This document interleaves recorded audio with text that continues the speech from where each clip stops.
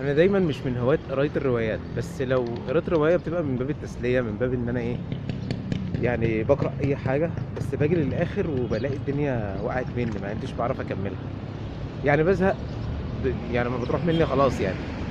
الا لما بقرا مثلا نجيب محفوظ، نجيب محفوظ بياخدني يحطني في الاحداث، بحس ان انا مش بقرا روايه، بحس ان انا يعني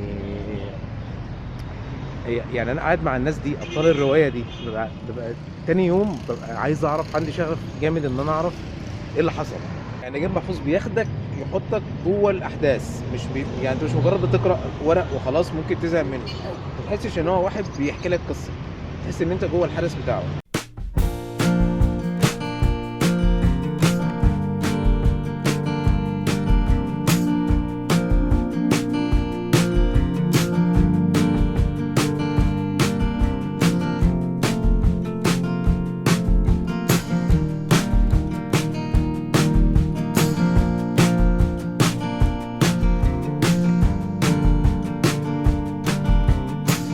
بقالنا زمان ما رسمناش دودلز، فهنحاول ان احنا نرسم دودلز، يعني اللي هي الرسمات العشوائيه اللي هي الرسمات اللي بتبقى جنب بعضها اللي احنا اتكلمنا فيها قبل كده.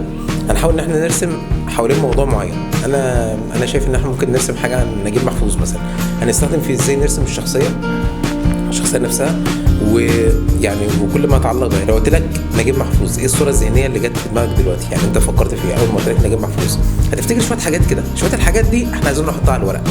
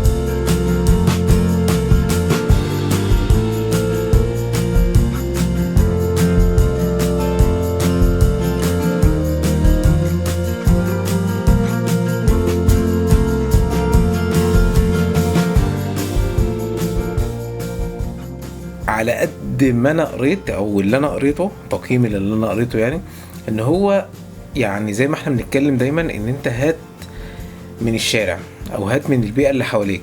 فلما بقرا بحس ان انا قاعد مع الناس، بحس ان انا مبسوط جدا ان انا قاعد مع الناس، والناس دي انا عارف ده وعارف دي وعارف ايش لا الشخصيات بتاعت الروايه بتاعته.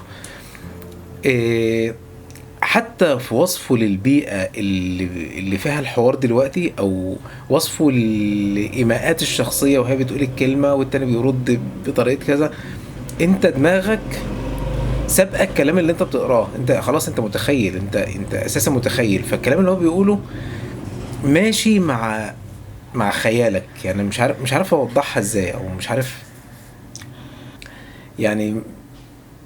ما بتستغربش الكلام اللي بيتقال، ما بتستغربش الوصف.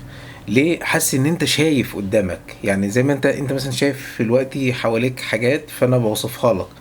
وصفي بيبقى ماشي مع عينك، او ماشي مع المكان اللي انت فيه. يعني خلينا ناخد اللي احنا بنقوله دايما، اللي هو هات من البيئة اللي حواليك، هات من الشخصيات اللي حواليك.